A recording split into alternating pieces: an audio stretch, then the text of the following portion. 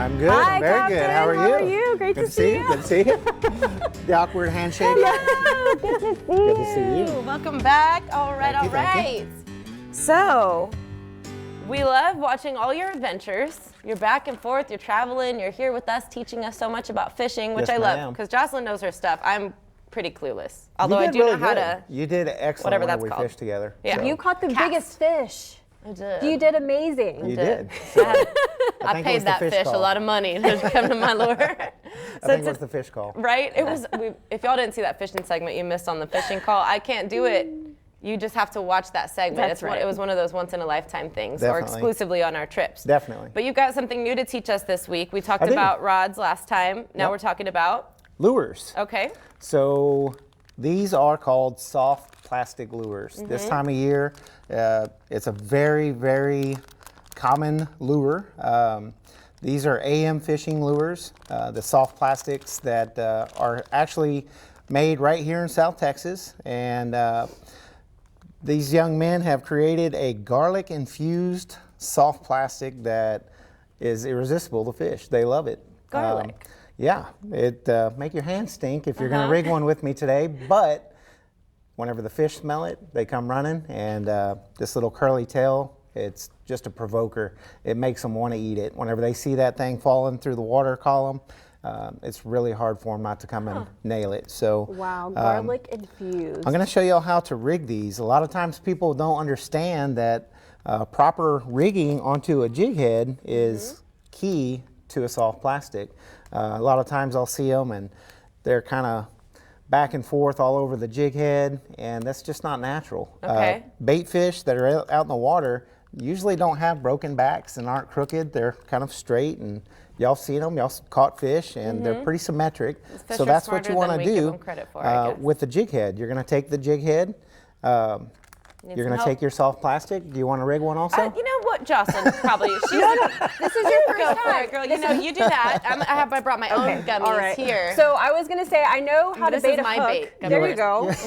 I'm good. You got See, this, I'm girl. jealous. I know how to bait a Good. hook, but you'll have to show me how to do So basically, how to rig one of these you bad take one boys. right out of the package. Okay. And what I do is I will lay, you can kind of see the slime on my hands. That's that garlic I can infused. smell the Can you garlic. smell it? Oh, absolutely. Yeah, it's a really, really strong garlic scent.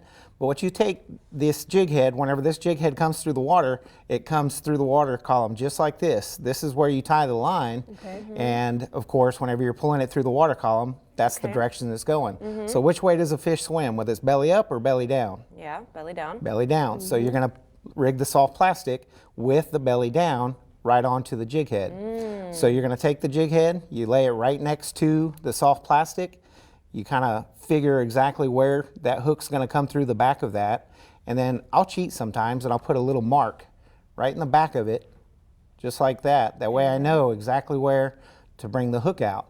So whenever I run the hook through the soft plastic, you go straight down the center, and you want to keep it as straight as possible, because remember how I was talking about they're really symmetrical and really straight fish. They don't have broken backs.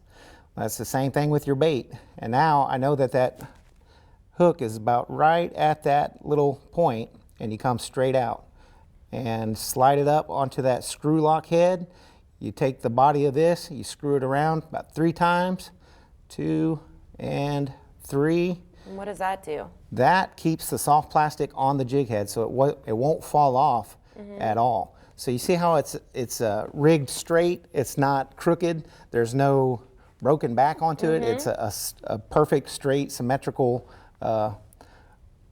body. Yeah. So it looks exactly like a bait fish. Okay. So whenever it's coming through the water, this little tail That's what attracts the fish. attracts right the there. fish. They'll see that the flash of the color. This is actually a blue crab color, so of course everything in the water eats blue crabs. Your redfish primarily, but you also see the big trout will eat these crab color as well. Nice. But whenever they see that color, it's going to get their attention. But this tail, this curly tail that they've put on these, really gives a provoking A look? dinner Yeah. bell, basic. No offense to any fish that might be watching the show right now, but I didn't realize they were that smart to know, if the fish is curved or if it's facing the right way. I Yep. would think bait is bait, but there's really a method to the Right, madness. right. Especially with using live baits and these type of lures. Now these, what makes these different from the last lures that you brought on and you were talking about? These are a little softer, Okay. so whenever the fish bite down onto it, they don't feel as much resistance. But you could feel that fish even more, right? Exactly, exactly. It's a lot softer and a lot more sensitive. So the last lures that we used, I believe, we used some Berkeley Gulp, which were a lot harder. Right. And they lasted a little bit longer on the hook, but they just sometimes don't produce as much as these AM fishing lures produce. Interesting. So it's a really good lure to use. That's exactly how you rig them. Presentation in the water whenever you cast them out. My best advice is to take this lure to a swimming pool to where it's crystal clear and you can see exactly what it looks like in the water. So whenever you cast it out, you can watch exactly what the tail does, and then whenever you pop it back up, you'll see the action of it, and you can figure out exactly how you want to present that bait. If you've ever seen a fish that's dying out in the water, unfortunately, Mother Nature, you know, it happens, and if you've watched it happen, and you imitate exactly what that fish is doing with your lure, your catch success is gonna go way through the roof. Right. You're gonna catch a lot. Absolutely. And whenever you cast, you want to keep popping that line so it could really attract the fish while you're Definitely. using these lures. It's all right? about the presentation. That's right. Yep. There's so much to it. Who would have thought? And the There fishing is. looks okay out there this weekend? It does. The fishing looks great. We're gonna probably have a little bit of rain tomorrow, Nice. but just like this week, I went up to, we've got a place on the Guadalupe River, and we went up and we caught some catfish up there, and it was raining, but we still caught them. So fish Awesome. got to eat in the rain. But Great. Sunday will probably be a little better. Okay, well, we're going to learn more about that in just a second. Thank you so much, Captain John Little, for joining us ma'am. today. I never would have thought that much thought needed to go into hooking a little gummy bear onto a hook, but that's, I learn something new every gummy day.